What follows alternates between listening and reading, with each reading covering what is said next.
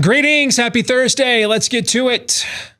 My name is Steve Deace. Todd Erzin, Aaron McIntyre. That's their names. They're here too. What's your name? Let us know by calling us at 888-900-3393. That's 888-900-3393. You can also let us know your name via the stevedeace.com inbox. You guys know I'm going to get a ton of emails now, just people telling me what their name is. And I would respect that. I mean, we appreciate good snark like that here on this show. Steve at stevedeace.com. That's how you can email the program, DEACE.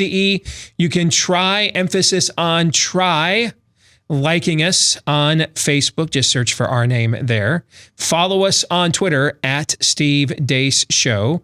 Last name is DEACE for those of you that are listening only here today. And don't forget to find samples that you can share on our new YouTube channel as well, youtube.com/Steve Deace. Coming up later on today, we're going to talk about the state of marriage. Now that even we've got some people on the left saying maybe this eradication of the nuclear family thing wasn't the best idea after all. We'll talk about that a little bit later on. We'll have 3 non-political questions, Theology Thursday, coming your way here at the bottom of the hour. But before we get to all of that, here is Aaron's rundown of what happened while we were away. What happened while we were away, brought to you by lynching. The U.S. House of Representatives yesterday advanced a bill that would make lynching a federal crime in a 410-4 vote.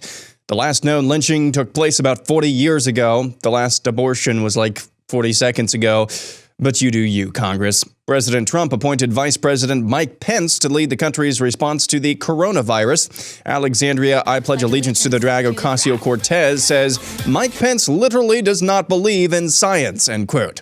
Learning Spanish today, today's phrase is, science comes at you fast, bro. La ciencia te llega rápido, hermano. Stocks opened today sharply lower. The Dow Jones Industrial Average dropped 650 points already over those coronavirus fears. Mike Bloomberg had a CNN town hall last night. He once again talked about the system of government in China. If your definition is a democracy where people vote and pick their leaders, and that is not what China's about, and they don't seem to want it.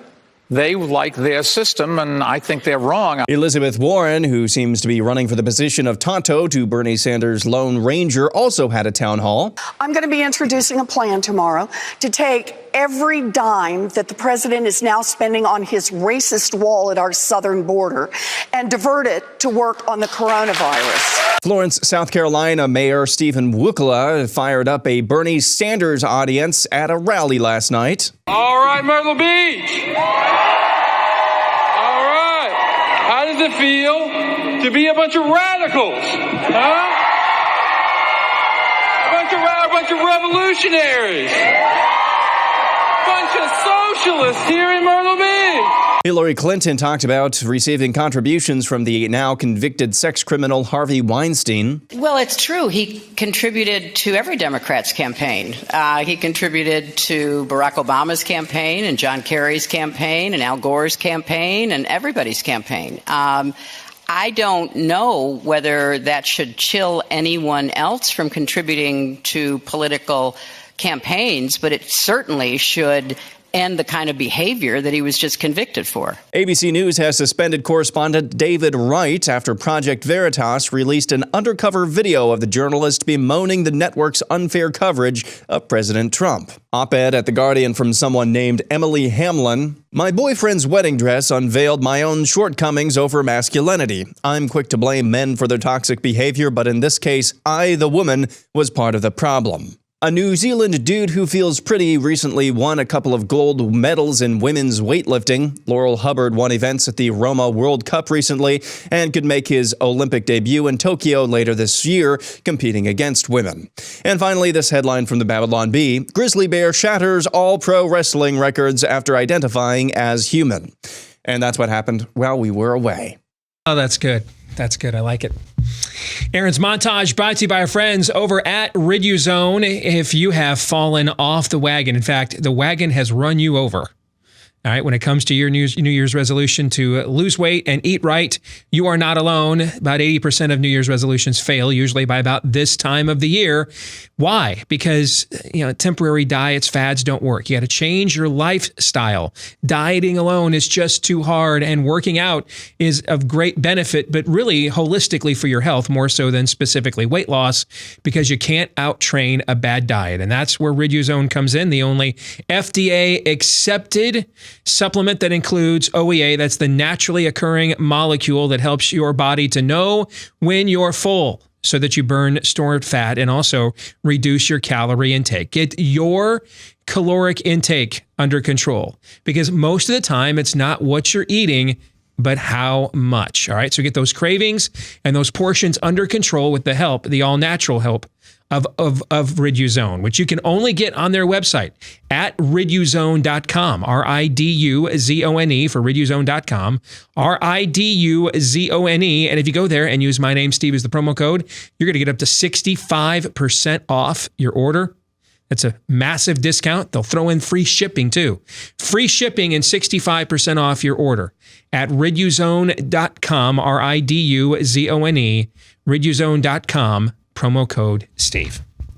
We are going to discuss the South Carolina primary. We still don't have any real post-debate polling, but all of the polling that comes out continues to be very good for Joe Biden in South Carolina. So we're going to fast forward 48 hours with the overtime today and say, hey, what happens if Joe Biden wins there? And does it maybe depend on the magnitude of the win, or is it any win? Does it reset the board whatsoever with Super Tuesday just 48 hours after that? So it's fascinating to see that the polling for Bernie Sanders for Super Tuesday is really good.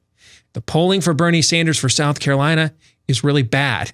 All right. So we're going to try to make sense of those two things in the overtime today. If you are a Blaze TV subscriber, good news for you. It'll be posted later today at blazetv.com/Deace.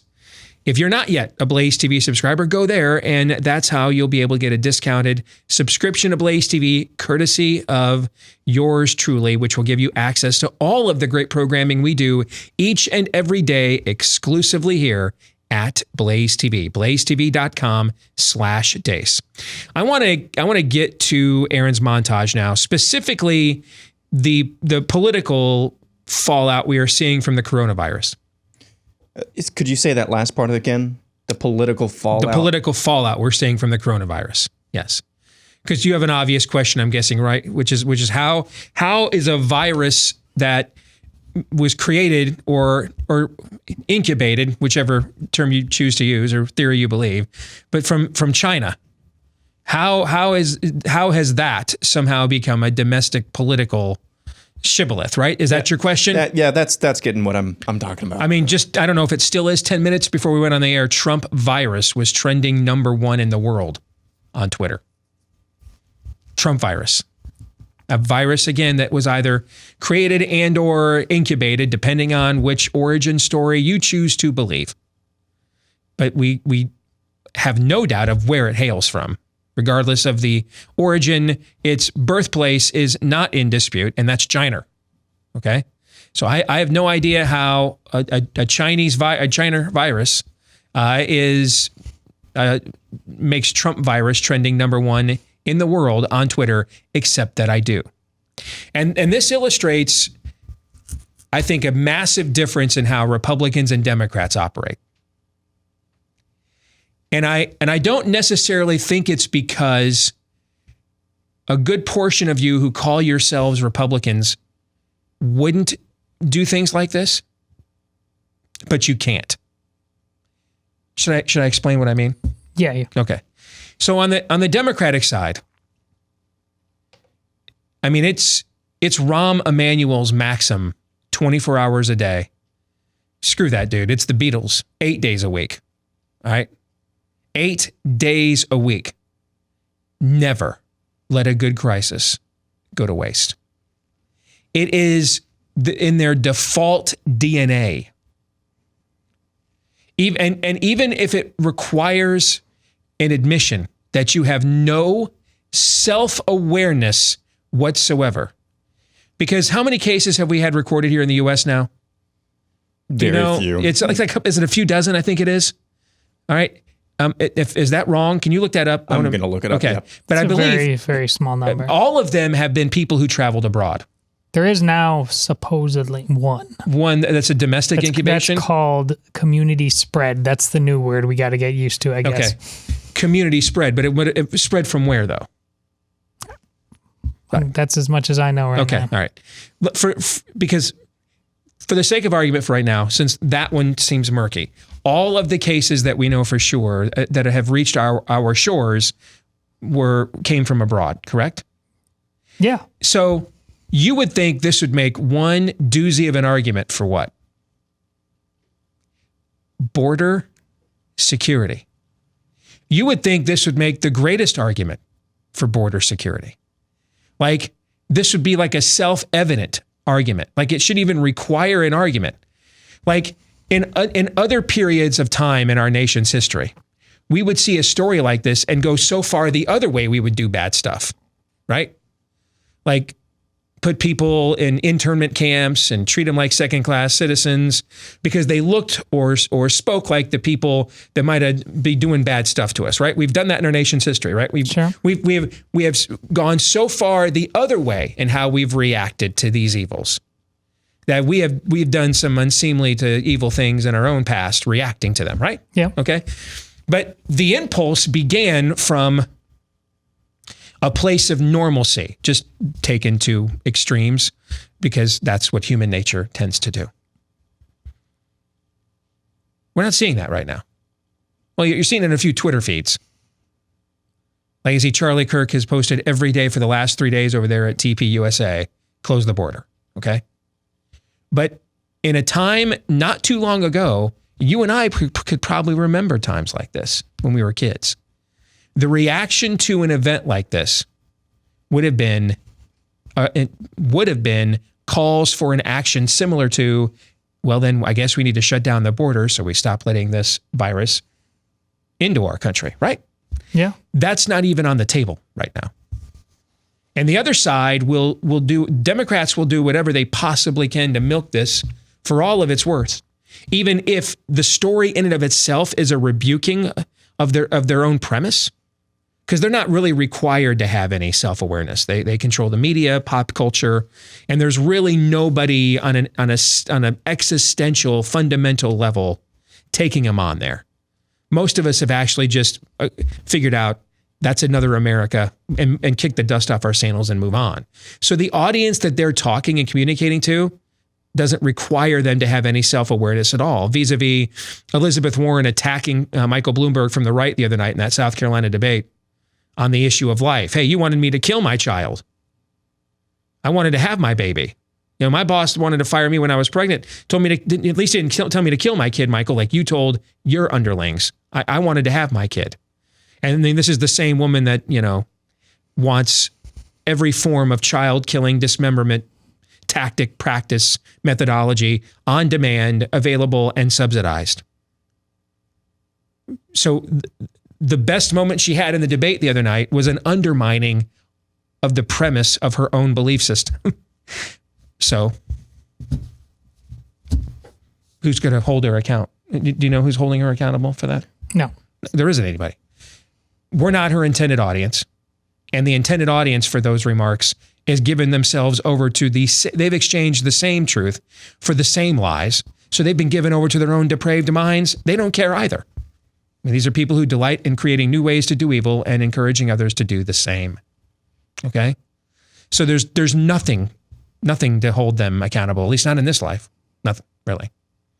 So they don't have to have any self-awareness, and they can milk a crisis like this for any political talking point they want. And they always do. Any story. And literally any story. Anybody out there fact-checking Joe Biden's half of America?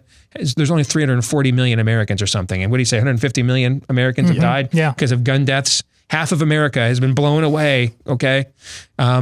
Nobody, again, we fact-checked it on our side. We're not the audience. Nobody in the intended audience cares. Guys, Elizabeth Warren was the favorite to win this nomination until she started telling the truth Remember that? Yeah. It's when she started telling, I'll show you how we pay for Medicare for all. Yeah. Let me lay it all out for you.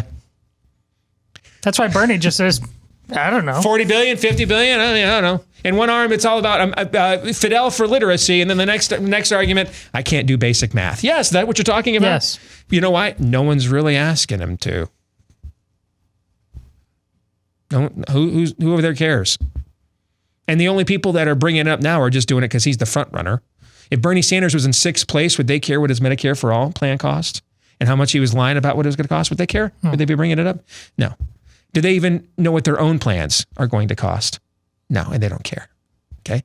So Elizabeth Warren, her candidacy imploded because she tried honesty. All right. So that's not on the table here. And you just never let any good crisis go to waste, or bad one for that matter. And you milk it for whatever it's worth. Even a story like coronavirus, which is the single greatest border security story we could have possibly concocted, except if one of the drug cartels went on YouTube and said, tomorrow at 3 p.m., we are going to send 1,000 of our fully armed operatives across the Rio Grande to kidnap your daughters for human traffickers to be pimped out to do seller porn and snuff films. And we dare you to stop us. And then at 3 p.m. the next day began, and we will be snorting cocaine while in the middle of our marching and just freely handing out bags of blow. That's the only other more obvious case I could come up with for border security than this virus. And yet, you will see Democrats take this and run with it, even though it's a story that undermines really their entire ideology. Can't trust centralized healthcare systems, can't trust socialist democracies. Okay. It's a terrible idea to have an open border, right? The lack of infrastructure hurts the poor and the indigent. Should I go on?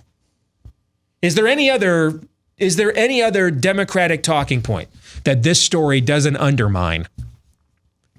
Women and children and minorities hardest hit. Should I continue? I can't think. I mean, it hits them all. Nonetheless, they're out there right now leading the charge to politicize this. Now, if you had a real political party as an alternative, your leaders would have gotten together about 5 seconds after this story. The first time, what was the story that we found out the State Department let some people in against the travel ban? Oh yeah. Yeah. And one of the stories was Trump found out about this and he was incensed, right? If you had a real Republican Party, here's what would happen. Y'all would take that story, you get in your secret group chats, your secret enclaves, and you'd be like, you know what? This is the angle we've been looking for to finally convince the American people we have to shut down that southern border. Shut it down. Get rid of the drug traffickers, get rid of the human traffickers, get rid of the drug cartels, get rid of the ne'er-do-wells, get rid of the rapists and thugs, get rid of the people who are coming here for slave labor and driving down our wages. We're going to shut that border down right now because this is a national security threat, right? Yeah. Yeah. That's what, like, if the Republican Party operated the way the Democrats did, that border would be shut down before Charlie Kirk had to tweet about it once. It'd be shut down. And then there'd be like an Oval Office address with President Trump talking about why he had to shut the border down. It might even end with a God bless America, and stand for the flag, right? A true moment of American nationalistic jingoism, and we all applaud, right? That's what a real alternative party would do. And I think there's a good bit of you that would do that. I do. So I don't think it's that Republicans won't do stuff like this, but that they can't.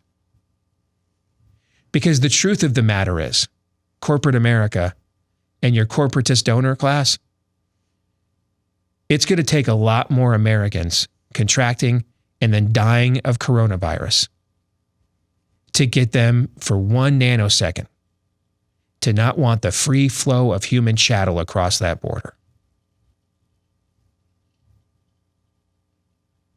How many stories have we seen? We thought, boy, this is going to turn the tide. We had that murder here in our home state a couple of years ago, right? Big time Republican. But then you found out it was a big time Republican donors ag business that hired this guy. And they didn't have E-Verify. And then remember, poof, faster than you can say Overton window, that story just went away. Do you remember that? Doesn't it seem like that poor girl got murdered by that illegal alien in Iowa like 75 years ago? Yeah, Molly who? Yeah. It's like it never happened. And like the Democrats could like see, didn't he? And funny that they didn't seize on this. Evil, Republican, corporatist. Bringing this ne'er-do-well, harboring them in the country so they could kill this poor, wasn't a young single woman, by the way, one of the key constituencies of the Democratic Party. And yet they let that story just fade away faster than you can say Las Vegas shooting. Because see, I think the alliance that you have in the Republican Party, because I'm not in it anymore, and by God's grace, what it would take to have me come back. If the party was capable of it, I probably would have never left. But the alliance that is the Republican Party doesn't permit this kind of action. That's why you're always screwed. And it has nothing to do with media bias. Most people are not, just about nobody that would ever think of voting for a Republican for a nanosecond consumes like any of this media that is so biased. Like almost nobody does. Almost nobody does. That trick vote they had in the House yesterday about banning lynching. It wasn't already illegal to murder somebody? Apparently that's... I didn't know that. Was murder illegal yesterday? Gray area, apparently. Apparently, okay. But let me tell you what that is. That's just some trick vote. So they can, hopefully get some Republicans in weak districts to vote against lynching and campaign on it in the fall. But, and I said this to a buddy of mine who's in Congress yesterday. 95% of the people who will ever consider in one synoptic impulse of whatever consider voting for you aren't even aware of this legislation. And the other 5% don't care. Okay? But that's not your issue. The issue is you're aligned with people who will not permit you to do what it takes to win because they don't agree with you. Because Mitch McConnell will lose his damn mind.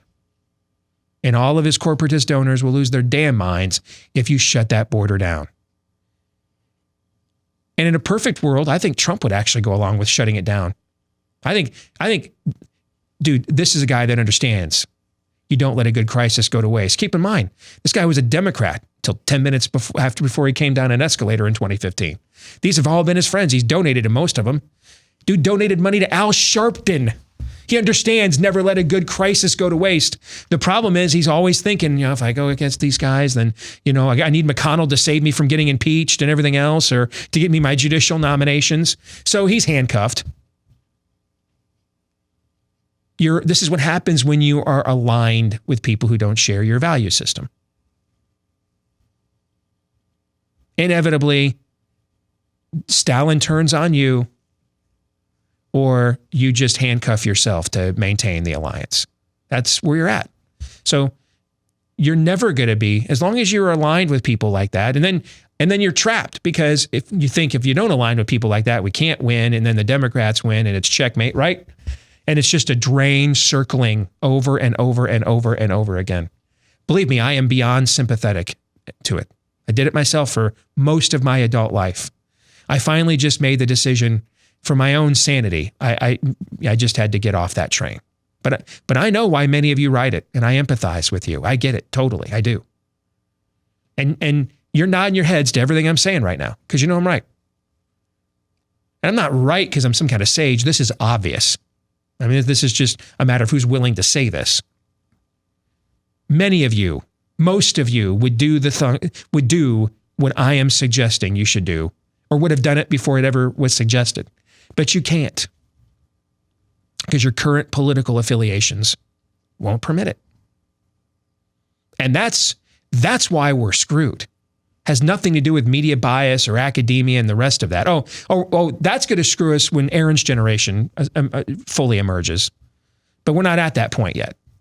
That's why we've lost the last 25, 30 years. Because we remained aligned with the people that never wanted Ronald Reagan to come to power in the first place. And then the minute he left, they just systematically took back control. And then instead of taking them out, we cut deals with them.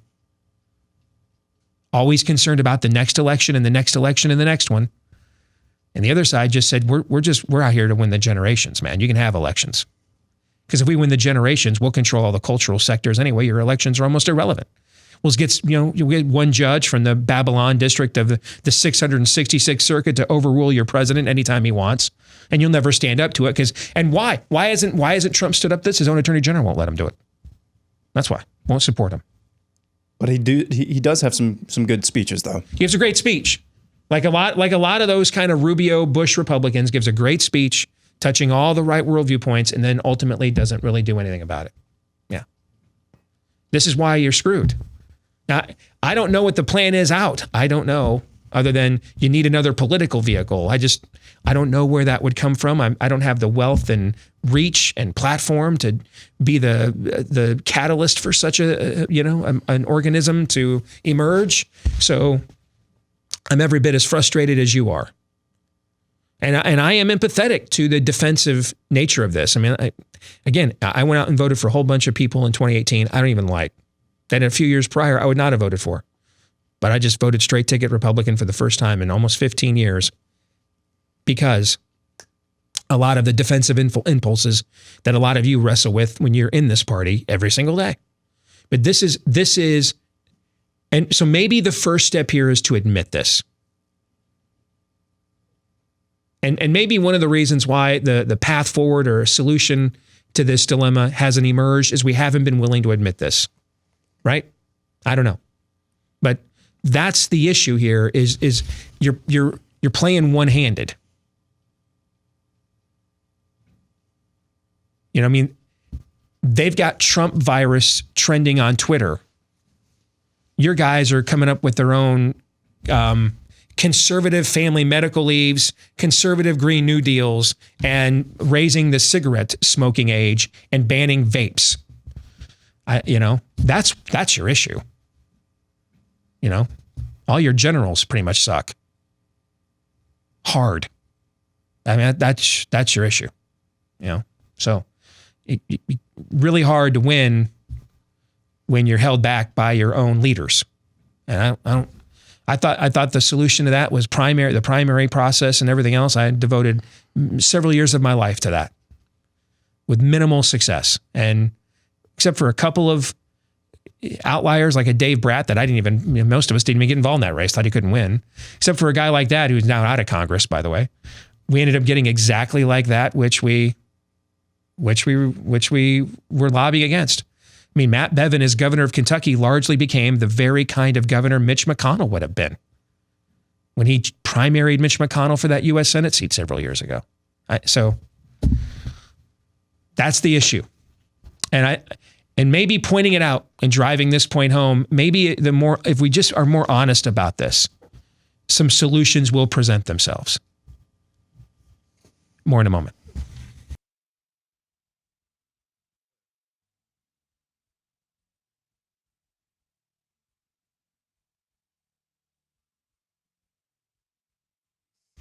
All right, we're going to call a quick audible, push Theology Thursday back to later in the show because I went long there, which probably shocks nobody. And I want to get Todd and Aaron's feedback on what I just laid out, how what you've watched in the last 24 hours with the coronavirus, I think is another but very real-time, vibrant I think simulation we've run back and forth many times on what's really the difference between how Democrats and Republicans operate in the public arena and why. Todd, what are your thoughts on that? Well, we just talked about a movie a couple weeks ago called Parasite, and it's not about a literal parasite. Here we're talking about a coronavirus, but the real virus is the more dangerous virus, is what Steve is talking about. It ultimately has infected every corner of our society. This game we play, it is utterly immaterial at this point how dangerous the actual coronavirus is or is not, to make Steve's point. Yes. It's just that it is. Mm-hmm. And so then both sides go to their corners and do what they do or do what they don't do. And there could be bodies lying in the streets because of it, and it'll probably still happen the exact same way as it could happen if this turns out to be a scam and the Olympics go on as normal and everything. That's why it's a virus, a societal virus. There is nothing. A real life and death potential contagion can't kill it. That's the virus you got to worry about. We have a template in recent history, and Steve has talked about it. I think he just yesterday rattled some of them off, SARS, things like that. Things grown-ups should be concerned about. Do grown-up things to make sure they don't get blown out of proportion, whether in terms of the messaging or the actual health impact. But here we are. We continue to move on. We have abilities to fight off these kind of things like never before in human history. There's many, many, many reasons to believe that we aren't getting an honest representation of what the hell is going on from China's end. It's all immaterial. Just say coronavirus or say anything. Everybody just goes to their corners and does what they do. Look at the timing of this. Look at the timing of this. This gets politicized almost immediately after Trump has a press conference yesterday where he attempts to address this in a presidential fashion. There's CDC is there, they speak, the vice president speaks. And so the minute that he tries to, and he's always going to have a delivery in these settings that's just not typical of what you get from a president. You, by this point in time, you've made your peace with it one way or the other, or you're just never going to get over it, right? That's his personality, and everyone has to decide whether you can see through that or not, or you want to, for that matter. But this is time to be politicized after he gives that address yesterday afternoon. Do you think that's a coincidence? No, it is not, because not even with something as unbiased as a virus, in no context is Donald Trump permitted to be seen as simply the president of the United States. It will not be permitted for him to be seen in any objective context except the one that they wish to define. And so we're just running back Russian collusion, Kavanaugh rape, marauding rape allegations, and Ukrainian phone calls. What is this, 5.0, 6.0? Mueller, which version of this is this? I mean, that's what this is. It's just, we're just running this game plan back. They chose to politicize this after he gave the address, the press conference yesterday. And that's not a coincidence. And that speaks right to what Todd was talking about. Just, you know what?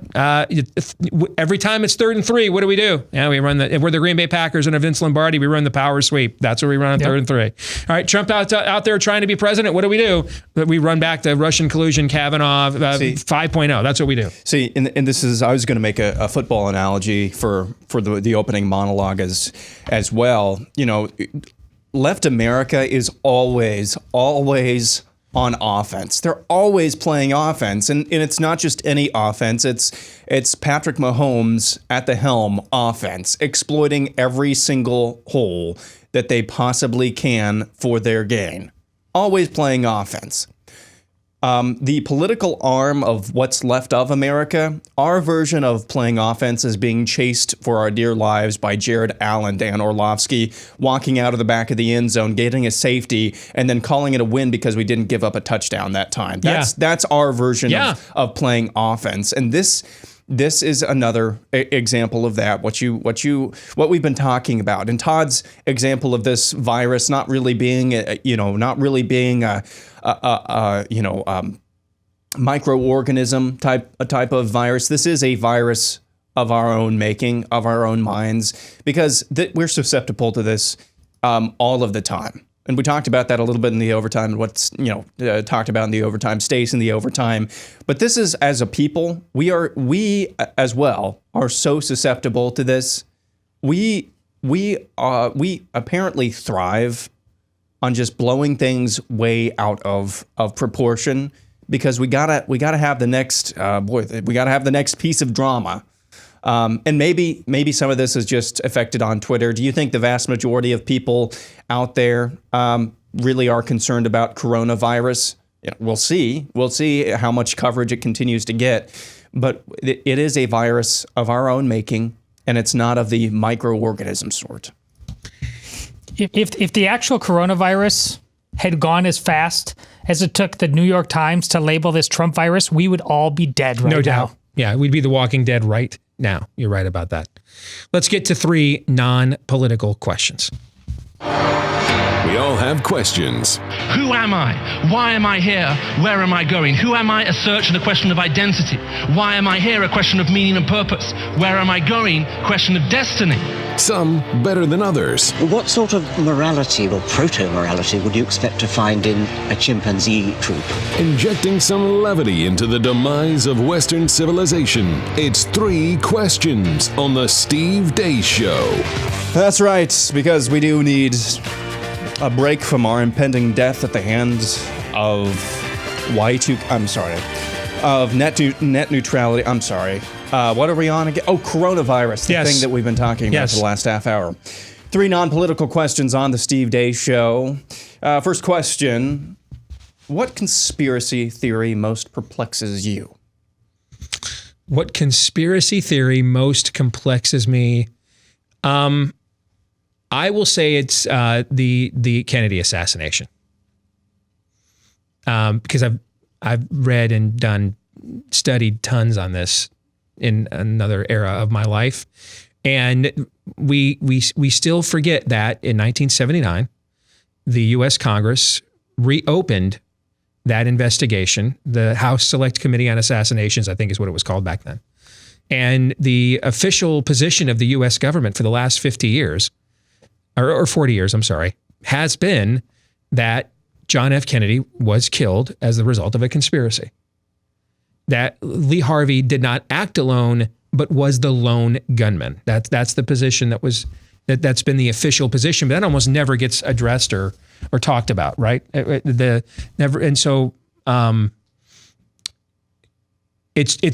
That's almost like the Las Vegas shooter, the illegal alien who the GOP donors, agribusiness that didn't have E-Verify, the stories that just, if they don't, it's America. Poof. I mean, I don't know if we had an American president gunned down in daylight, and then 40 years later, or 16 years later, 1979, the United States government charged that the guy who did it didn't act alone. Wouldn't you kind of think that we'd want to know who he acted with? There'd be a heavy priority placed on acquiring that knowledge. Wouldn't you think? Yeah. Nah. Especially because, this was Camelot, right? This was the ushering in of the new progressive 60s that he was going to be, America's modernist, right? Right, for sure. Hopeful idealism, and he's just gunned down like that. You would think we'd really want to know the full breadth of what occurred there and why, right? Yeah. Nah. I can't remember if it's in the movie or if I know this because I saw something else But I remember I was the mullet guy saying, "What the?" When you find out that the president's brain disappeared. Yeah, that's actually true. Yeah, it's like, okay, this is Twilight Zone stuff. This cannot be happening. Yeah, I mean, and they took him to the local hospital first, and the local physicians examined him. And I mean, this is all in the record. We're not Alex Jonesing any of this. This is all. And then how do you explain? I mean, it is documented in Lee Harvey Oswald's military record that he was a terrible shot. That is documented in his record. Okay. And the nickname that was often given to it back at those times were Maggie's Drawers. I don't know what that's a reference to, but apparently that's what, if you were a terrible shot, that's what they called you. I mean, it was in his military record. He had a terrible shot. And then he pulled off what the Warren Commission called the magic bullet theory. You know, it's okay. You know, whatever. I mean, that's what I'm confounded by, because we actually have an official verification of a conspiracy. This is official. It is the official U.S. government position. And it's a little bit like the whole thing with UFOs a few months ago, where the government for the first time acknowledged that there have been some unidentified flying objects that they simply cannot explain. And everybody was just like, well, that's cool. But this is like a president. This is post Pearl Harbor. Between Pearl Harbor and 9/11, most of the generation that lived between those two dates would tell you November 22nd, 1963 was the most tragic day in America between Pearl Harbor and 9/11. Do you think that's fair? Mm-hmm. I mean, most people will tell you it was a pivotal moment in human history, what it touched off from that point on.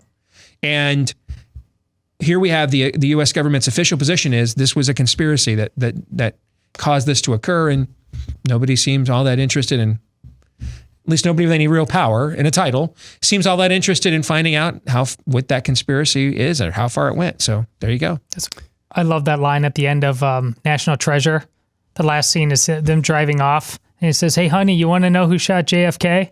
You know, it just speaks to your entire point. Yeah. Very briefly, mine is in reverse. Like it's the moon landing. Like I don't get like how there's just people that think it didn't happen. Yeah.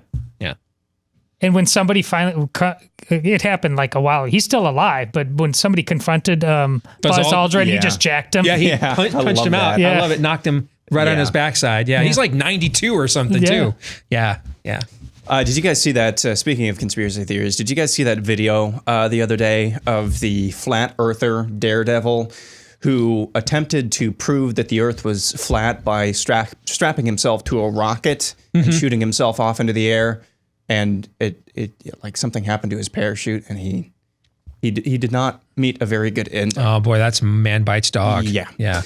So Florida man. Yeah. There you go. There you go. My most perplexing conspiracy theory: crop circles. Now I know a lot of them have been explained or debunked, but I'm still even for people who who plant these and have it staged, to do that with some of the accuracy and precision that they do, wow, it's pretty weird. Okay, question number 2. Excluding Batman, Superman, Iron Man, and Captain America, who's on your Mount Rushmore of superheroes? All right, so excluding them. Okay. Did he say 4 of them? Yeah, he says so. No Batman, no Superman, no Captain America, and no Iron Man. Correct. Right? Okay. So I've got Green Lantern on there. Yep. That's number 1. Okay. I mean, he might be on my Mount Rushmore if we included those names. In fact, he probably will be. Spider-Man's got to be on there for sure. Green Lantern, Spider-Man. I would put the Flash on there as well. Maybe the second best rogues gallery of any hero other than Batman. He is certainly in that conversation. So I would put him on that list. And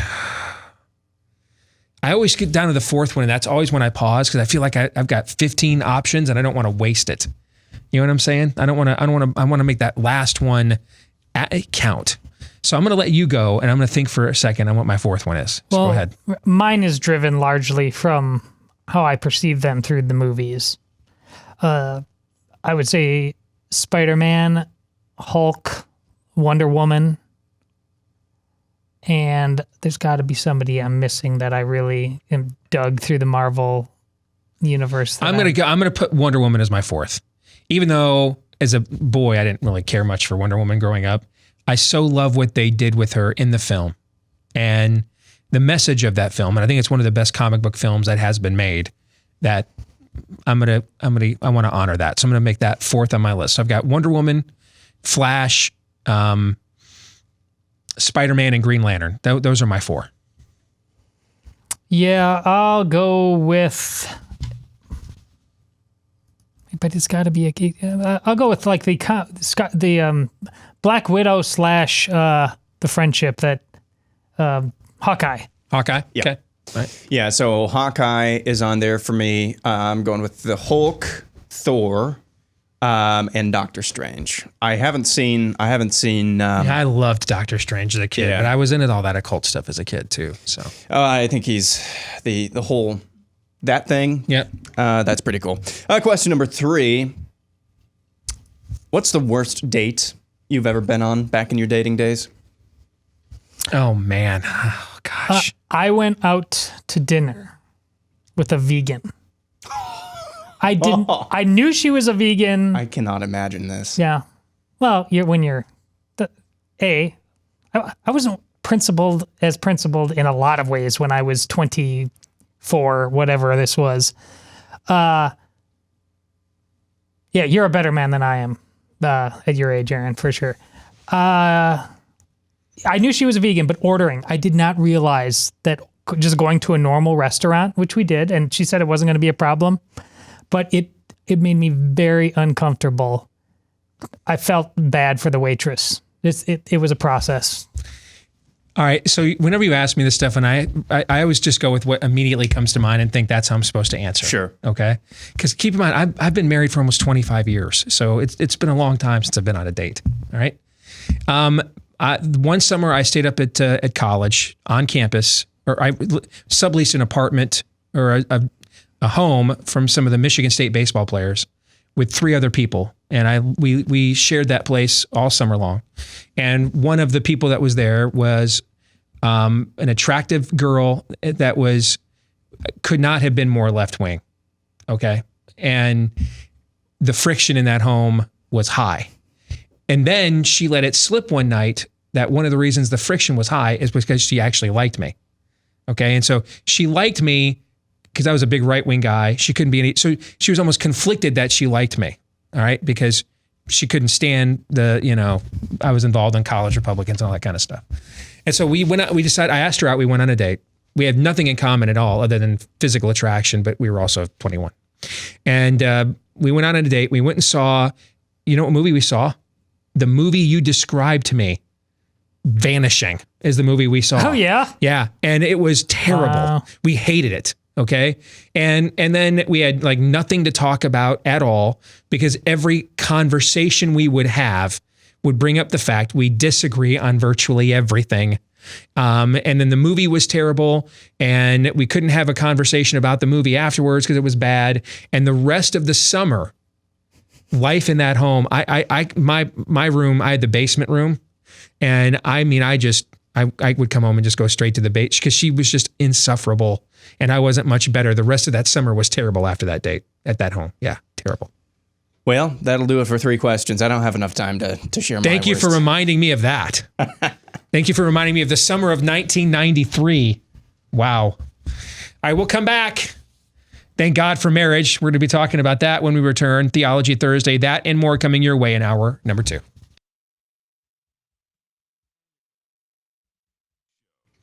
Back here, live and on demand on Blaze TV, radio, and podcast. I'm Steve Deace.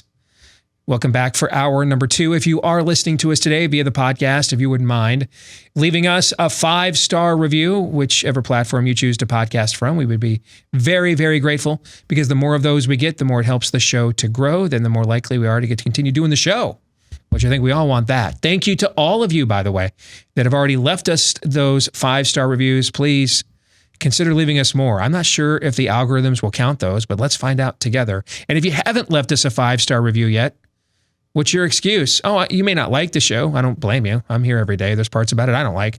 But then just keep that information to yourself. If you do like the show, think it's got a good beat and you can dance to it, please consider leaving us a 5-star review for the children, our own. 888-900-3393 is the number. That's 888-900-3393. Steve at stevedeace.com. That's how you can email us. Like us on Facebook. Follow us on Twitter at Steve Deace Show. Check us out on YouTube as well. Plenty of content there that you can sample and share at youtube.com/Steve Deace. Well, one of the things we have noted in the last few years is the left, or the paganism that's, I think, attempting not so cleverly to cast itself in the shroud of progressivism. They're getting bolder in this day and age, more honest. They feel as if that they've got the wind at their back, enough hegemony in the culture that they don't even have to pretend anymore and can just honestly smash those stained glass windows. That, why can't, we have gay marriage and all these other things, when really it wasn't about expanding the institution of marriage, but destroying it. And a couple of think pieces have come out recently that I think kind of confirm this. One from former Bushy David Brooks over at the New York Times. Hey, that's where he works. He wrote this for The Atlantic. The nuclear family, that's just not attainable anymore. That's old school. That's from a bygone era, and time to evolve. And then another piece that said in the last few days, feminism to increase, the traditional American family is going to have to decrease. Let's discuss those two notions with our friend Brad Wilcox from the National Marriage Project. Good to have you with us, Brad. How are you? I'm doing well, Steve. How are you? I could be a little better, but I could be a lot worse, if you know what I'm saying, brother. Sure, I understand. Let me start with what I mentioned here before we get to the two specific issues. Do you enjoy, and maybe enjoy is not the right word, but does it make your job easier that a lot of people are just being really honest about the stuff that they were just kind of winking and nodding at, and instead of showing you a little leg like they did in the 80s and 90s, they're just go ahead and drop and trow now? Does that make your job easier, that it's now more of an honest, where what we all really think is out in the open now? Yeah, Steve, I think that kind of all of us are kind of being more forthright about what we think on these topics. And it's also, I think, the case that, at least from my perspective, the sort of arguments, the science behind marriage just kind of continues to mount every day, even though a lot of folks in the culture, are expressing doubts and opposition to that idea. So, yes, I think you're right. Because when you let's try to look at it from the perspective of what's the data tell us? Are we better off as a society embracing the nuclear family and marriage, or not? Do we actually have social science data that shows where this is at from a literacy, a criminality, from a prosperity perspective? Do we know the answers to these things? Steve, we do. I think it's important to note here. I think I actually agree with David Brooks's point about this idea that kind of a nuclear family all on its own, is often going to run up against big troubles, because, having a family takes a lot of financial effort, obviously a lot of emotional effort, a lot of practical effort. And if you have people in your corner, whether that's your kin or whether that's a church community or something else, you're much more likely to succeed. So at that point of his article, I agree with. But the point where I disagreed with Brooks was in his sort of idea at the end that kind of what he calls a family of choice, that is adults kind of working together to raise kids. It takes a village. Right. And also his idea, too, that kind of kin could take the place of married parents.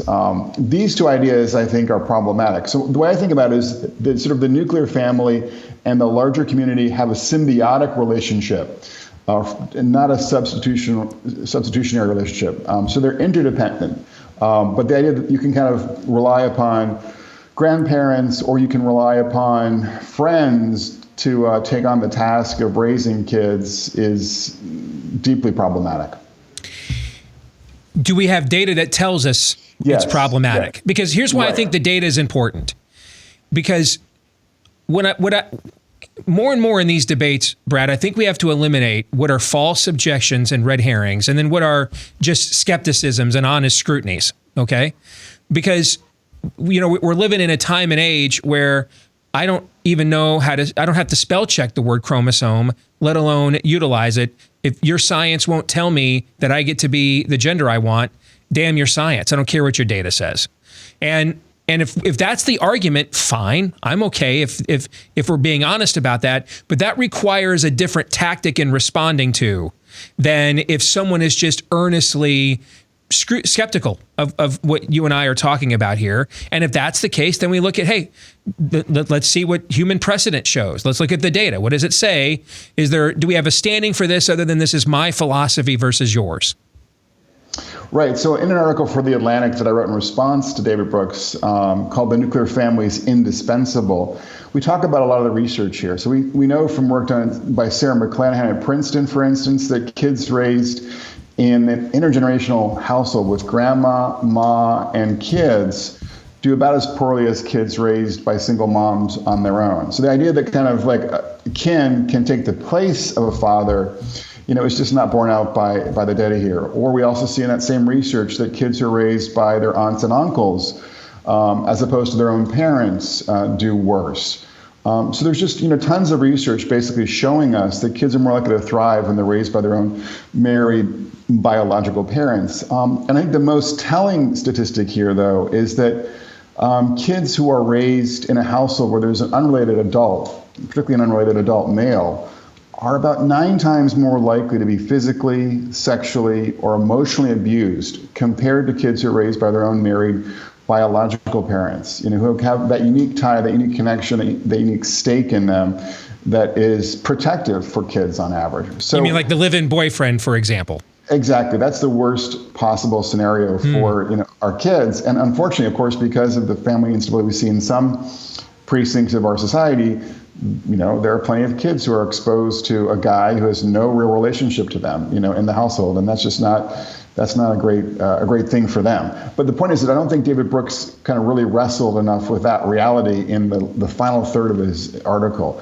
And again, there's just no replacement for kids' own married parents, and there's just a ton of research on that score. That, I think, then begs the question, why?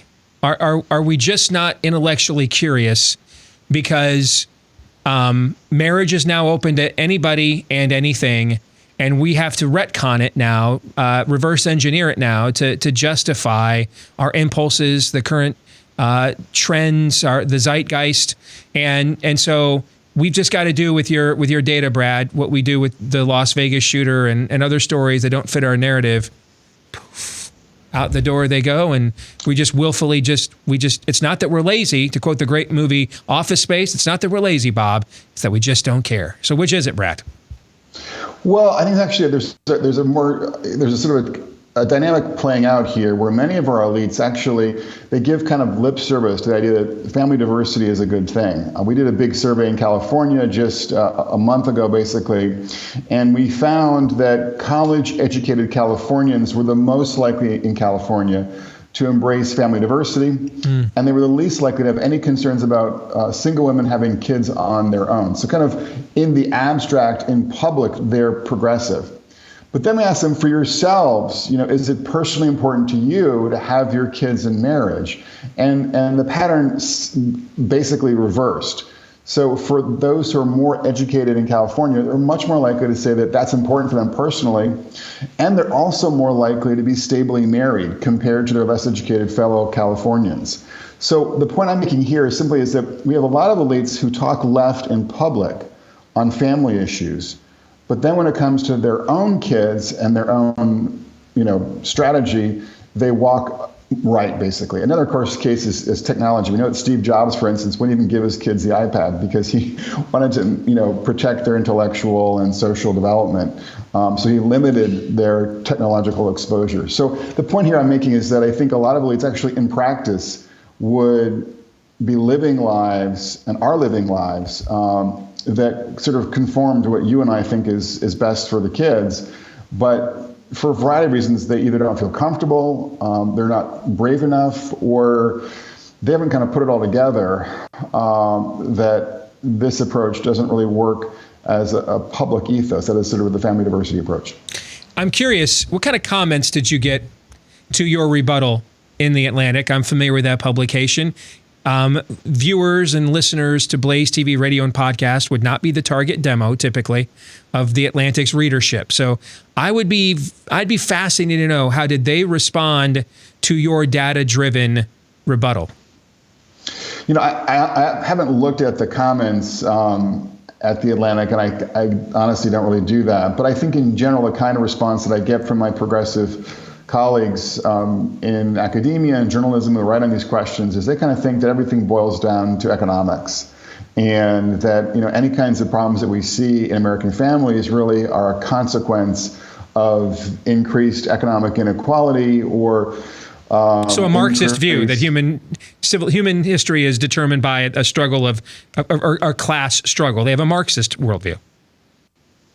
Or a kind of neo-Marxist view where they sort of assume that everything boils down to economics. And I actually I agree that economics are pretty darn important. We know, for instance, that men who are stably employed are much more likely to get married and much more likely to stay married. And we've seen a lot more, instability for men since the 1970s in the labor force in ways that have really hurt working class families.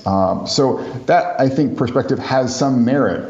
But what they miss is obviously the cultural side and the way in which the cultural shifts in the late 60s and 70s really put us on a course where we don't take marriage as seriously as we used to, and we don't appreciate all the ways in which that commitment to marital permanency benefits especially our kids and our larger communities as well. Brad Wilcox is with us here on Blaze TV, radio, and podcast. He's with the National Marriage Project. Let's switch over and talk the relationship between feminism and the nuclear family. Can they coexist? Well, I think part of the answer to your question is sort of how you define feminism. If you define feminism as a kind of a liberal feminism where everything is kind of 50-50, I think that there are real problems in kind of seeing these two things as coexisting. And increasingly, I think we are kind of seeing in both the academic world where I work and in the media, this idea that we have to move towards a world where everything is kind of divided on a 50-50 basis. Egalitarianism is what you're talking about.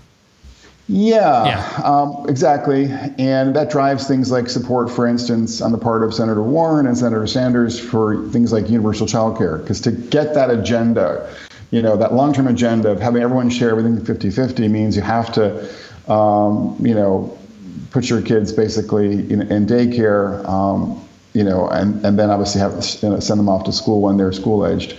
So I think that approach is not particularly compatible with, with strong and stable families. Because ultimately, that form of egalitarian feminism, which is the one that is largely driving the political, philosophical feminism we see in the public square today, that notion that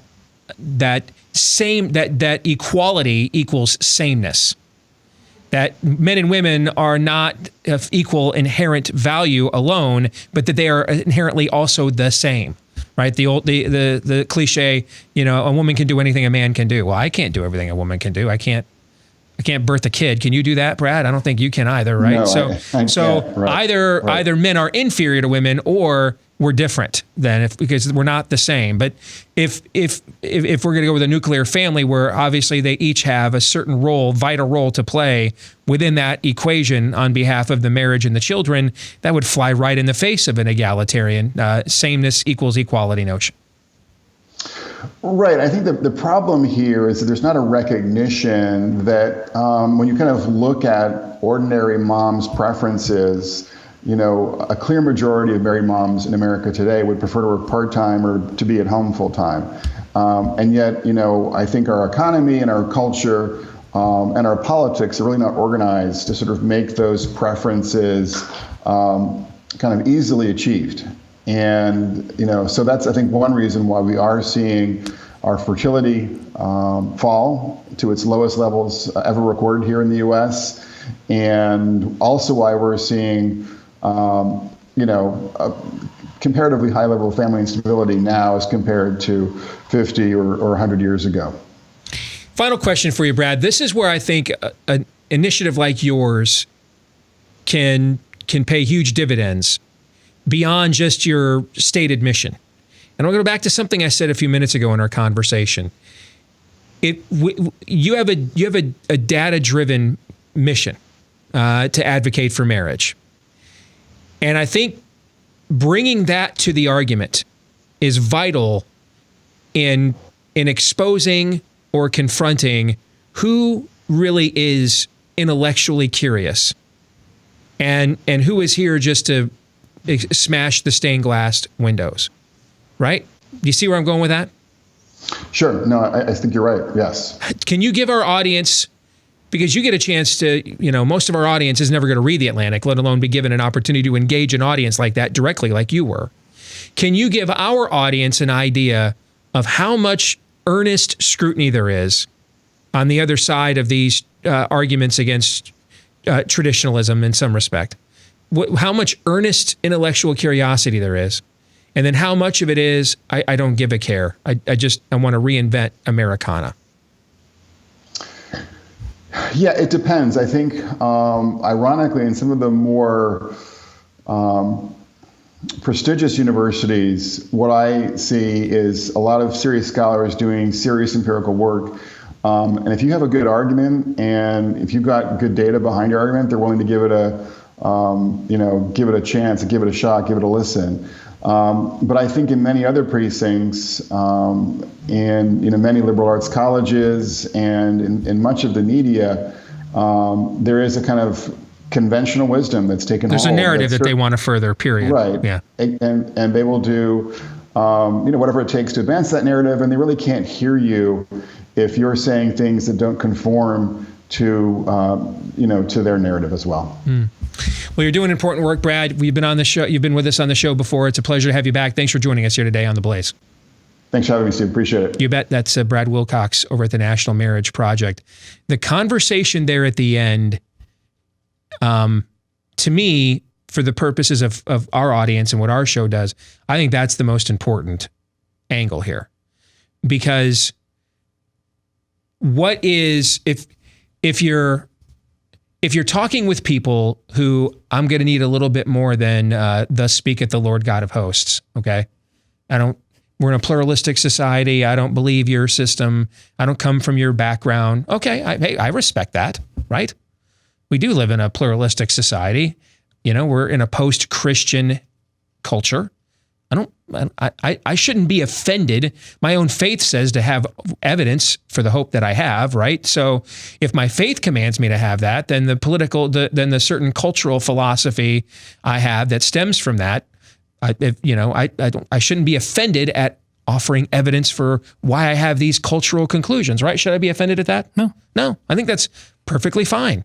The question is, how many people really want that evidence? And then how many people, it wouldn't matter how much evidence you presented them, that it doesn't matter. I'm retconning your civilization. I'm terraforming it into what I prefer. All right, we're doing an urban renewal program here, and who cares? And I think it's important for us, because we're in a unique situation right now as members of the what's left of America, where we've got to walk and chew gum here at the same time. We have to be willing to defend ourselves against the left America and understand that there's a cold civil war happening in the country. And Brad kind of touched on a little bit of that when he said, hey, there's a lot of places I go in the media and stuff. It wouldn't matter what data I had. It doesn't. They got a narrative and they're going with it. They're running with it, right? How many times was it a few months ago, back in actually a month ago, back in January? How many times was that did NBC tweet out that story? Was it about polyamory or bigamy? What was it? Do you remember what it was? Not off the top of my head, but I know what you're talking about. They tweeted that thing out like a dozen times or whatever in 24 hours. All right. That's a technique known as jamming, where you just flood the zone with your message to make it look like it's omnipresent. Well, that requires one response, right? You should look at those utilizing that kind of narrative tactic and realize these are acts of cultural war. There's not a negotiation happening here. We're not coming now and reasoning together. Well, we're not having an exchange of ideas. They're firing on you. And you should defend your homestead accordingly, right? Mm-hmm. But here's the other issue. Here's the challenge we have with that. We need to add to our numbers. But we're not a silent majority anymore. Or if we still are, it's dying out and soon won't be. We've got to evangelize more often. We need to practice more multiplication. We got to do more persuasion. And if we just blanket treat everybody who doesn't come to the table with the same premises we do, blanket treat all of them and lump them all in as, enemies of Americana, well, that ends up becoming self-cannibalization, because eventually we're going to be outnumbered here with the ideological, spiritual trends in the culture. So we've got to do both at the same time. And that's not unique, by the way. I mean, if you go to the spread of the Christian church, they had to do those two things. They had to beware of wolves in sheep's clothing. But then also, often go into wolf's pens, not, to save lost sheep at the same exact time. We've got to be able to do both of those things. We're going to have to figure out, and that's where initiatives like what Brad is doing are key, because they put the data and that kind of thing out there, and that removes the false objection. You'll learn with resources like what they do at National Marriage Project. Utilize those kinds of resources in your own argumentation, what you post about this stuff on your socials, etc. Because if you have people that just completely disregard it and go right to, notice I didn't say if you have people that argue with it. Did I say that? No. Because somebody's arguing with you doesn't mean, that's actually we're engaging. We're having an exchange. Cool, let's do this. But if you have people that just completely disregard the data and go right to their talking points, they're firing on you, okay? They wear the other uniform. They're in the opposing army here, okay? And I think we've got to figure out more and more how to do both of those things at the same time. Gentlemen, what are your thoughts on that?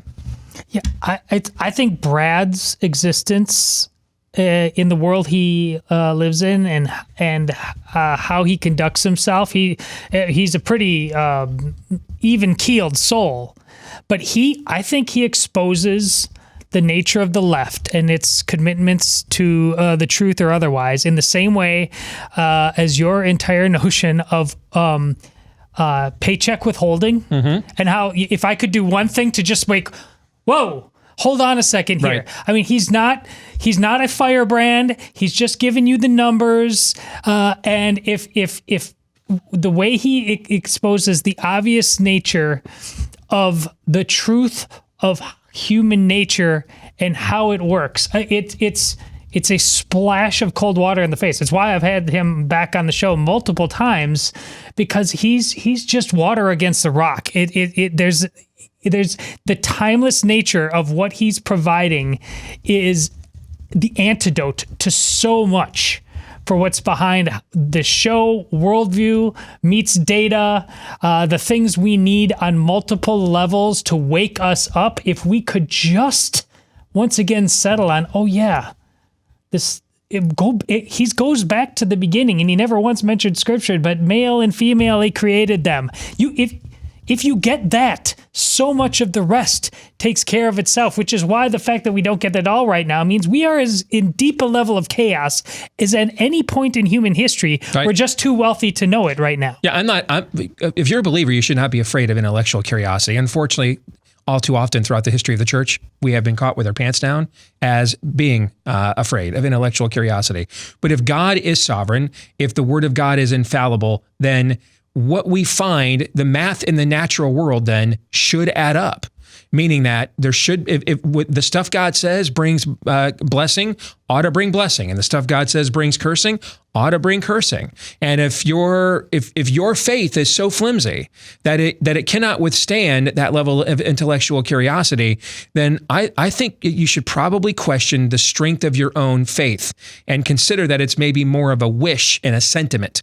All right, I mean, God put Himself in human form, lived with us, engaged our intellectual curiosities. I don't think we should be afraid of that at all, Aaron. So that's where I was kind of going to go with my thoughts on that conversation. Because what you just said, that if what God says in Scripture is true, then that should be borne out through general revelation. Yes. This thing that not the special revelation of Scripture, but what God created, what God says in Scripture should be carried out within creation.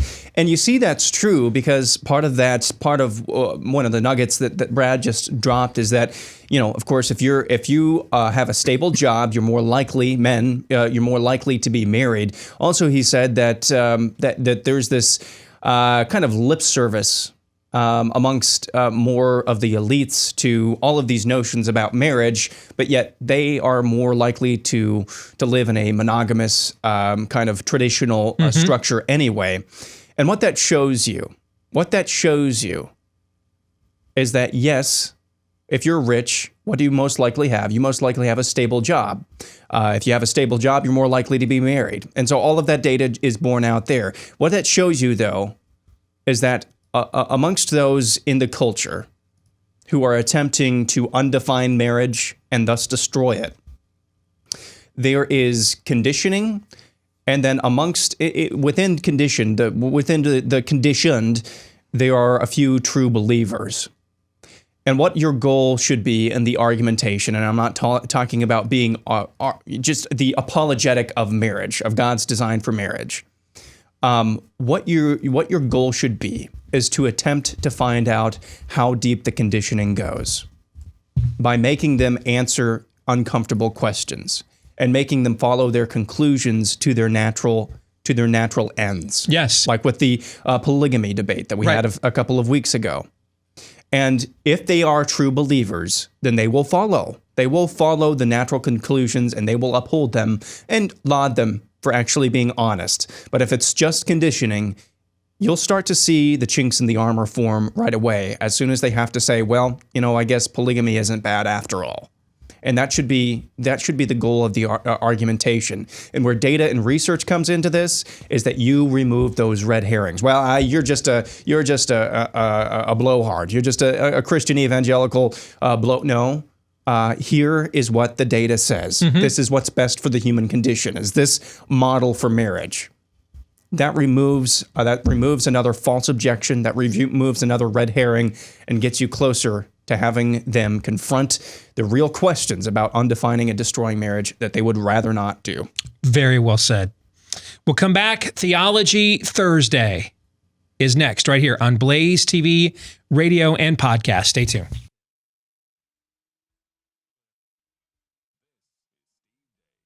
All right, we are back here. Let's get to Theology Thursday to wrap it up here today on The Steve Deace Show on Blaze TV, radio, and podcast. And just a reminder, we're doing a series that goes alongside the New Testament class that my wife and I are taking right now at our church. That's kind of a New Testament 101 seminary, college credit type of course. And each week, as we go through whatever portions of the New Testament we're going through that week, we have to write a brief paper, and either answering one of the given questions or picking up something original that we want to answer. And this week, we're looking at 1st and 2nd Thessalonians. And the question that I chose to answer about 1st and 2nd Thessalonians was this one. If all we had were just these two letters, 1st and 2nd Thessalonians, what would you learn about the Apostle Paul? So I chose this question. And one of the reasons why I highlight Paul a lot on this show goes even beyond the fact he wrote most of the New Testament. Okay. And other than Christ himself is the most influential theological figure in the church ever. And certainly on a human level until we get to Augustine and church figures like that. And, but he also had a unique station in society in that he was a free, air quotes, a free man as a Roman citizen. What did that mean? It means he could choose whom to marry out of consent and love without it being imposed on him from the state or denied it because he was a lower class individual. He could travel freely throughout the empire with limited oversight, permission, etc. He was given certain, what we would call today, habeas corpus civil rights. Right to a fair trial, a right to, call his own witnesses in his defense, things of that nature. He walked the fine line that we walk as American believers or Western believers, that we get to live in a free society. And so how do we choose to use that civil freedom? And you see how Paul chooses to use it throughout the New Testament. He chooses to use it in a way that gives him greater standing to advance the gospel. And that's why I think he's an excellent model for us to try to emulate. Because a lot of, I've talked about this before. Why choose this guy named Saul on the road to Damascus? Did they spin the wheel of destiny up there in heaven and it landed on this guy? Maybe that happened. I don't know. But if it did, it's an awfully eerie coincidence that the one that was chosen to be the apostle to the Gentiles, meaning the non-Jewish people, the one that was chosen to do that, to fulfill that calling and obligation, just so happened to be somebody who was very rare in first century Judea. Very rare. And who knows, maybe an audience of, he might be alone. Who knows? We're not talking about a large population of people, and we're not talking about a large nation here. All right. So the amount of people that were both fully Jewish and then fully Roman at the same time, very, very elite company. Somebody who could, with limited permission needed, be welcomed through the front door of any synagogue, house of worship, of Jehovah worship in all of the Roman Empire because of his standing within the Jewish religious community. And then at the same time, somebody that could then freely go to all of those Gentile places throughout the Roman Empire because of his Roman citizenship. That's very rare. And maybe he's the only one that had that. I don't know that we'll ever get the answer to that. But we just know from history, there weren't a lot of Jews that had the level of civil liberty at their disposal that the Apostle Paul had. And I think the way he chooses to navigate those freedoms and civil liberties and integrate them with his faith, I think are a model. The whole "what would Jesus do" thing. Well, if you're a Christian, you have the Holy Spirit within you. You don't need a trinket. You don't need to buy a wristwatch or band. Pray. Just ask. I think it's far more applicable to ask yourself, what would Paul do? Because as a mere human being, I kind of almost think the "what would Jesus do" in a way is like the debate you had a few years ago with the guy at the newspaper. Would Jesus own a gun? Mm-hmm. Like somebody sent me an email the other day. How would Jesus vote? I don't think he would, because he's God, and I don't think it's applicable. File these under reject the premise. Yeah. I don't. And the next time he comes back, the first time he arrived, they didn't have voting wasn't an option. And the second time, when he comes back, he's the deciding vote, if you know what I'm saying, G. All right? Not going to need voting anymore. He's going to cast that last vote. Know what I'm saying? So something like this. Yeah, he's going to be the one holding the thumb. Yeah, exactly. I think it's far more applicable for us who are just merely human to ask ourselves, what would Paul do? Because that's what he was, merely human. And living as a free person with a devout religious faith. And about the only thing you could do in first century Rome to make yourself more marginalized than being a Jew was being a Jew worshiped Jesus. You couldn't get much more marginalized amongst the Roman societal grand scheme of things. You couldn't get much lower than the way they saw the Jewish people than if you were a Jew that believed Jesus was the Messiah. All right, so I think that's somebody for us to emulate. That's why I would highly recommend the movie that came out a couple years ago that James Caviezel was in, playing Luke. I think it was called The Apostle Paul. Isn't that what it was called? Yeah.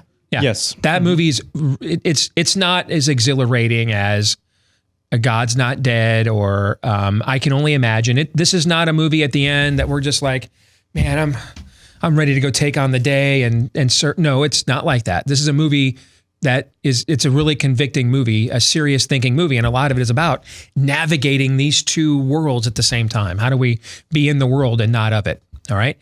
And so that's why I wanted to answer these questions about Paul from 1st and 2nd Thessalonians. Because in here, I think you see Paul exemplify the comprehensiveness of a biblical worldview, but then the fullness of his apostolic calling at the exact same time. And he does them both with challenges and conviction. And if you look at the way that Paul expresses a biblical worldview, one of the false choices that I think we struggle with in the church in America is either a heavy focus on teaching, the premise, or of the Christian faith, or practice, how to love better, serve more, the application, right? And this could be seen like in churches that are either strong in their doctrine, but maybe not in their outreach, or churches that place so much focus on community involvement, they become glorified United Ways with Bible verses. They either really don't believe or aren't serious about taking to their full context. Not to pander, but this is one of the things that drew us to the church that we go to now. Is its motto? You can have a great motto. I mean, some of you all over the country will send me notes all the time. Hey, what do you think of this church, that church? And I've often responded, it's very seldom you're going to go to the church with the 2 lesbian cat lady ministers, and they're going to put on their website our mission statement. It'll be the 2 lesbian cat lady ministers, and we're here to smash your stained glass window. They don't put that on their websites, right? On everybody's website, guys, it's the Apostolic Creed and the and the Westminster Confession on everybody's website. Okay. Then don't go to wolf.com. That's not going to be your local heretical church. That's probably going to be like a nature study. Okay. So just remember what Augustine said. There are many sheep without, but there are many wolves within. Right. And so, the church we go to now, Valley Church here in Des Moines, it's got a great motto. We do good works to build goodwill so we can preach good news. That's a great motto, right? But if I don't see any practice with that, then that's all that it is.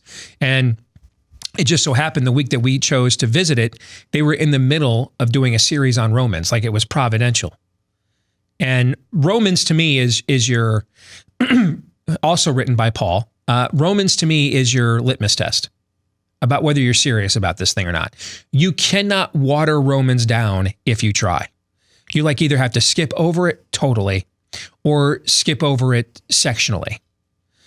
When societies embrace the rainbow jihad and get rid of religious freedom, see that as biblical teaching, because they don't get rid of religious freedom, just the biblical kind. The first 2 books they always go after are Leviticus and the Old Testament. All right. And why? Because Leviticus is an Old Testament understanding of how to live out a biblical worldview. Okay. And then Romans in the New Testament. Why? Because Romans is a New Testament understanding of how to live out a biblical worldview. And in order to live out a biblical worldview, it means we got to draw some lines and say that stuff's bad and this stuff's good. Well, we don't want you drawing those lines, so that's got to go. Okay? So Romans to me is a marker. It tells, I don't know if Will Rogers said this too, but you tell a lot about a pastor by what they do with the book of Romans. Now, Will Rogers didn't say that. Steve Deace did, and you can buy and sell that. Go and tell that, homeboy. All right? So they're doing a series on our church on Romans. So, I jumped online. They're right in the middle of it. I want to see what they've done like the last 3 or 4 weeks in a row, and I watched. I was very impressed. And if they had not passed that litmus test, we'd never walk through the front door. That didn't matter how big the campus was, all the other programs. No. Had to pass that litmus test. And that's what you're looking for. You're not looking for a choice between serving the unsaved to show Christ's love or shepherding the saved to remain in his word. You're not looking for a choice between those things. You're looking for a church that does both of those things. That's the ministry. That's the job. We see Paul demonstrate the wholeness of the Christian life and how he calls believers to holiness. He addresses immorality, including sexual immorality, the need to be self-reliant and responsible. Don't be a sloth. Work. Whoever shall not work shall not eat. Okay? While also calling the believers there to love more, live quiet lives that demonstrate the peace of God. So in our culture today, we might see a United Methodist Church with a lesbian minister demanding more and more funding for a welfare state or other pet causes of the social justice movement, while at the same time emphasizing more love and mercy in personal relationships and reaching out to those who are marginalized. She's half right. And the latter half of that equation can absolutely be Christ-like, but in her immorality, as well as in her incentivizing of dependency, which is different from a social safety net, which she's asking for. She's encouraging a worldview that's really anathema to what Paul teaches here in 1st and 2nd Thessalonians. On the other hand, you might also run into, say, a fundamentalist Baptist church that is strong in its doctrine with a congregation that knows the word, is serious about living righteously and independently, self-reliantly, yet they can also be so insulated they lack a connection with their neighbors, let alone the community as a whole. Maybe they're even cut off from unbelieving members of their own family, and not because those family members have done so themselves out of offense at the gospel. If that happens, so be it. But maybe it happens because those family members don't feel like they can have a relationship with you without the topic of religion being force-fed into every conversation. Like they can't just live with you, exist with you. You're kind of the Christian version of what we say about identity politics. Hey, when you're done having gay sex, what's your favorite ball team, dude? Hey, when you're done having gay sex, what do you think? Country, rock, synth rock, goth rock, what are you into? You know what I'm saying? You're like the Christian version of that.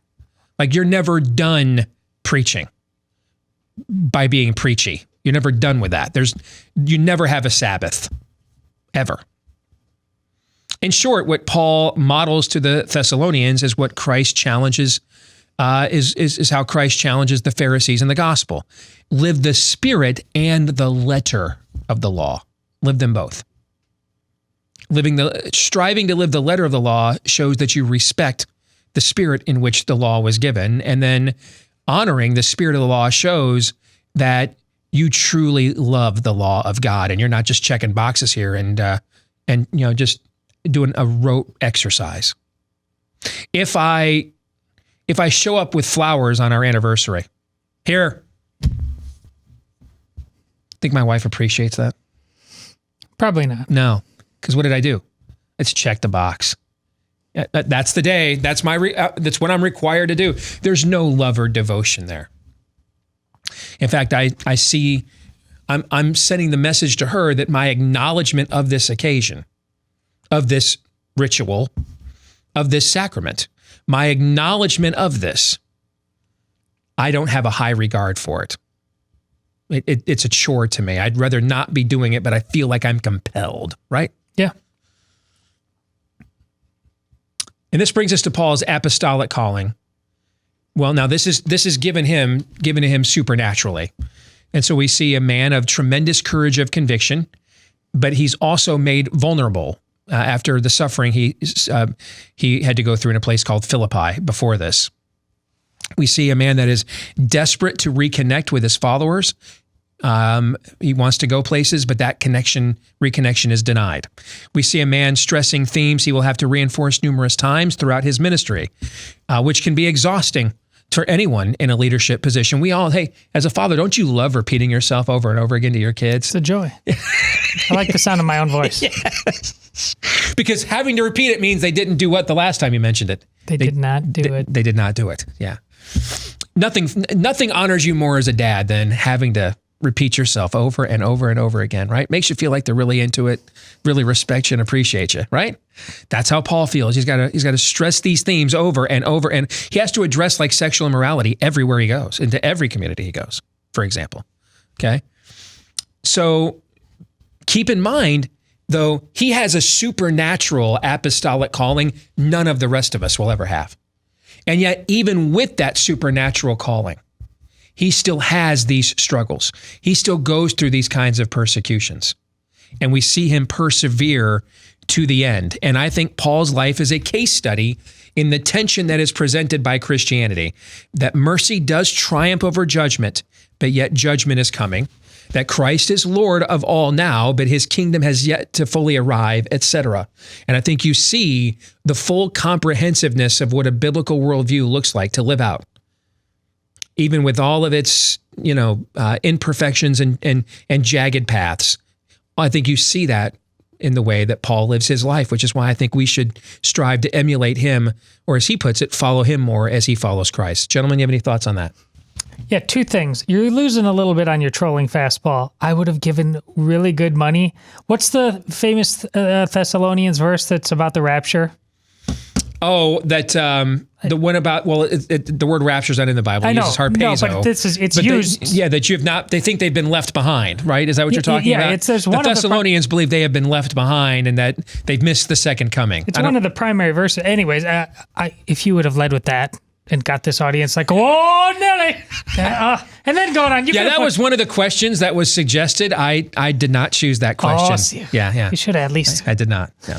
Anyways, the other thing is about this is the nature of the beast with Sohrab Ahmari and the redefining conservatism. It's like we're leaving half of what we're supposed to behind. We're not talking to people what they really need where they live. Mm-hmm. Yeah, you talk about the tension of the Christian walk, and that should invoke a response of humility, in that we would give up trying to control things or making things perfect this side of Eden. We should always strive after Christ, but we should never think that we ourselves are going to achieve through our own means what is spelled out in the book. And you see that tension all the time, and the false choices we're confronted with all the time. And I like the way this was articulated today. Thank you. We're going to stick around and do the overtime, looking ahead to the South Carolina primary over at blazetv.com/days. For the rest of you, we will see you tomorrow. Until then, John 3:17.